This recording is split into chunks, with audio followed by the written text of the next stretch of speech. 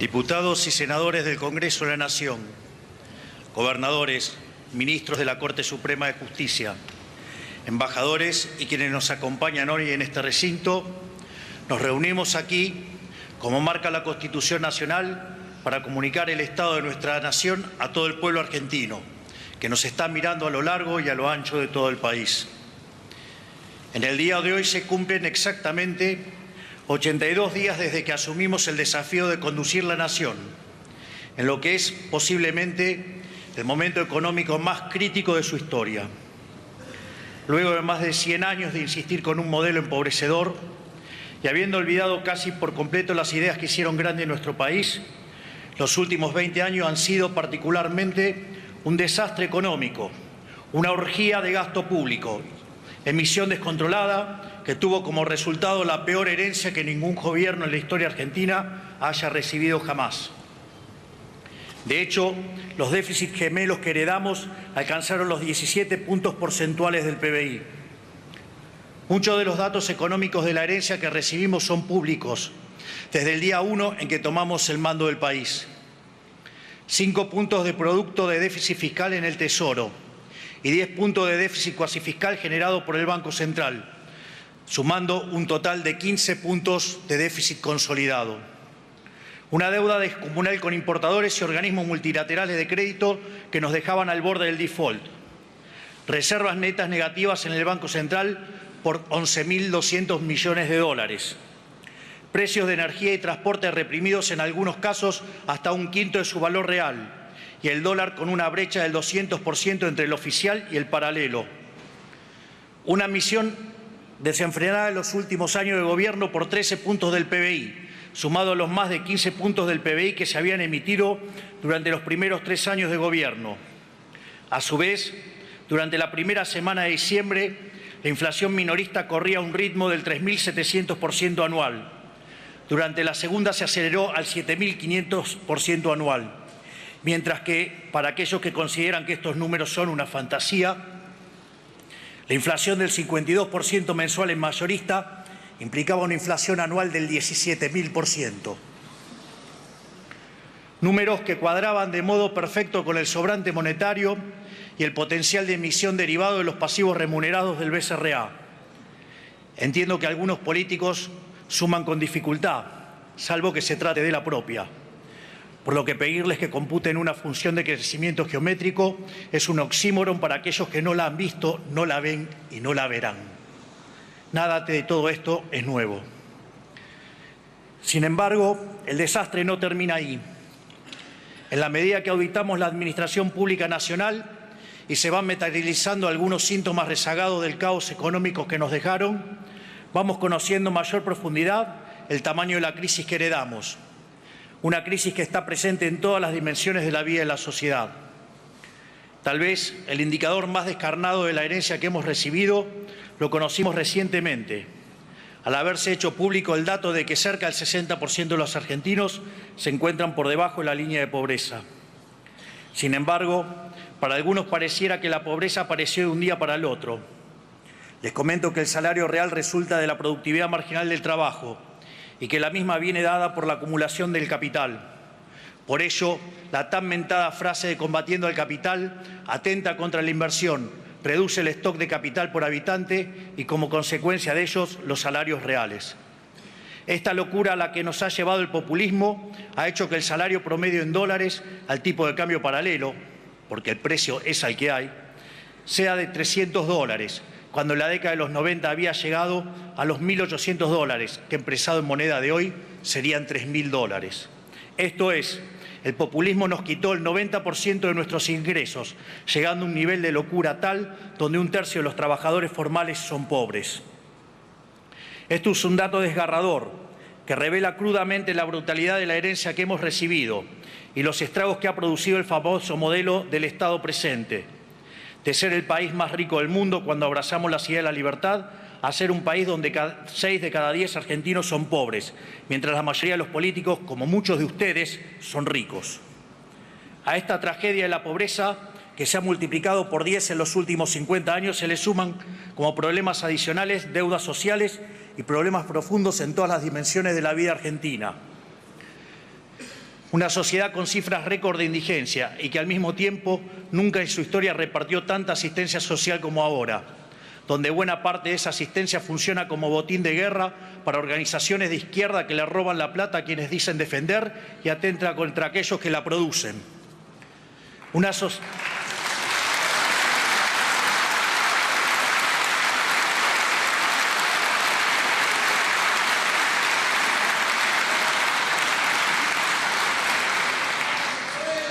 Una sociedad con un mercado laboral donde el sector privado formal se encuentra congelado, que producto de la rigidez y sus altos costos laborales, hace 12 años no produce un solo puesto de trabajo nuevo, mientras el empleo público y el trabajo informal son lo único que crecen. Y como si fuera poco, un sistema previsional quebrado, que cuenta cada día en menos ingresos en proporción a sus gastos y que en los últimos 10 años incorporó casi 4 millones de beneficiarios sin aportes a través de moratorias que son una afrenta moral para todos aquellos que durante toda su vida cumplieron con su responsabilidad. Los jubilados, víctimas de esta herencia, continúan atados a una fórmula que quisimos cambiar porque pulveriza sus ingresos en un régimen de alta inflación a causa del gobierno pasado. Y que si no fuera por la recomposición discrecional de los bonos que estamos llevando adelante, hubiera redundado en una pérdida de hasta 40% de su poder adquisitivo. De hecho, el uso recurrente de bonos compensatorios es una clara muestra de lo mal diseñada que está la fórmula y que la misma requiere ser modificada de manera urgente, de modo tal que los jubilados no sean víctimas de los desaguisados de la política.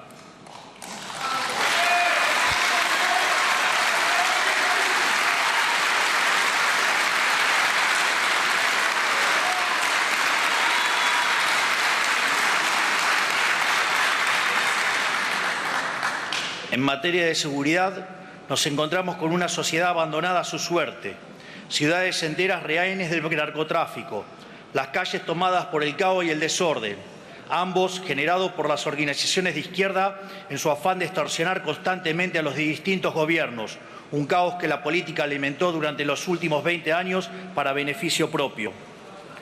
Frente a ellos, unas fuerzas de seguridad maltratadas y pisoteadas por los gobiernos anteriores, que los ataron de manos y les impidieron cumplir con su trabajo, poniéndose del lado de los delincuentes, ejemplificado en el absurdo de soltar presos durante la pandemia.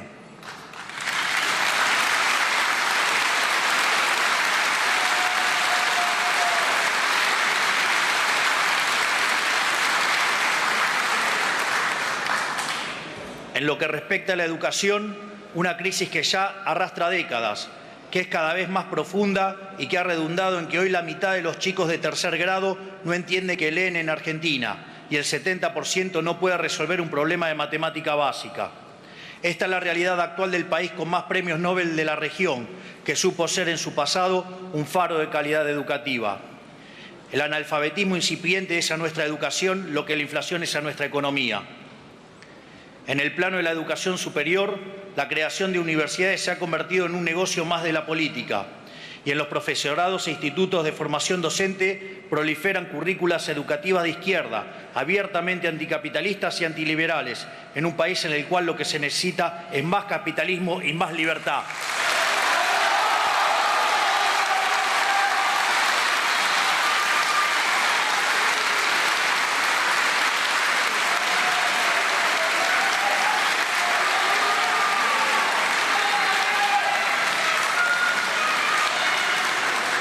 En materia de salud, un sistema empujado hacia una crisis de desabastecimiento causada por la política comercial irresponsable del gobierno anterior, que dejó a médicos, pacientes y familias sin stock de insumos médicos de todo tipo y en particular de medicamentos especiales como los oncológicos.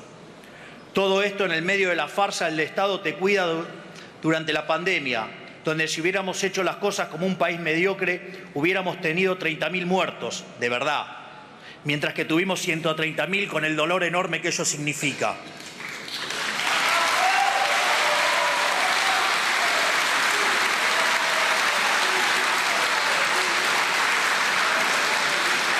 Esto es, nos vendieron la idea de que el Estado trabaja como un seguro, pero en la vida real, cuando el siniestro ocurre, defoltea. En términos técnicos, ello ocurre cuando se roban la prima, tal como se puede inferir de un Estado que todo lo hace muy mal. En el plano de la defensa, heredamos un ejército desfinanciado y hasta desprestigiado por el propio Estado, sin los recursos ni la preparación para hacer frente a los desafíos de un mundo en constante cambio y cada vez más alejado de la paz. Como si fuera poco, esta debacle nacional nos está llevando cada vez más a la irrelevancia en el concierto de las naciones, volviéndonos incapaces de proteger nuestro propio territorio y obligándolos a arrastrarnos ante los países más cuestionados del mundo.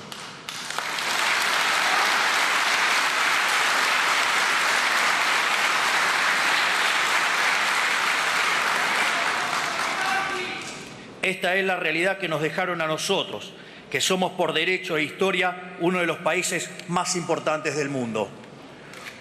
Un país que hace 120 años tenía uno de los 3 PBI per cápita más altos del mundo y recibía inmigrantes de todos los confines del planeta. Detrás de todos estos males nos encontramos con un Estado nacional inoperante, quebrado y que no puede ni siquiera cumplir con sus funciones básicas. Un Estado que hace todo y todo lo hace mal, generando perjuicio en cada aspecto de la vida social en que se entromete.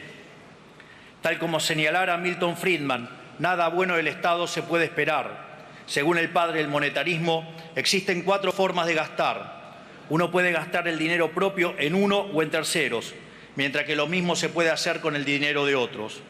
Así, la mejor manera de gastar es el dinero propio en uno mismo, ya que uno sabe lo que quiere y cuánto le costó ganarlo. Es decir, se maximiza el beneficio.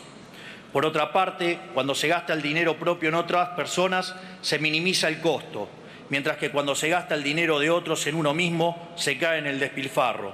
Por ende, esto se deriva que no hay forma peor de gastar que gastar el dinero de otros en otros, justamente lo que hace el Estado. Es por ello que a mayor Estado presente, mayor despilfarro y menor bienestar para los argentinos de bien. El informe de situación de las 114 dependencias de la Administración Pública Nacional, realizado por la SIGEN y la Secretaría de Transformación del Estado, ha arrojado información alarmante, entre las que destaca una deuda consolidada de cerca de 3.000 millones de dólares en bienes y servicios impagos. Un Estado que no solo no controla, sino que lo que controla lo controla mal, diseñado no para cumplir sus funciones básicas, sino para generar un kiosco en cada lugar donde sea posible, para beneficio del burócrata de turno. Tal vez el caso de los seguros que hemos visto recientemente en los medios sea el mejor ejemplo de esto. Un sistema diseñado para generar un intermediario entre los distintos organismos del Estado de manera de poder cobrar retornos de cada operación. Un sistema corrupto que ha generado cientos de millones de dólares de retorno que terminaron en los bolsillos de los políticos. Es esa tal vez la mejor definición que podemos dar de la situación en la que hemos encontrado el Estado. Una organización criminal diseñada para que en cada permiso, en cada regulación, en cada trámite y en cada operación haya una coima para el político de turno.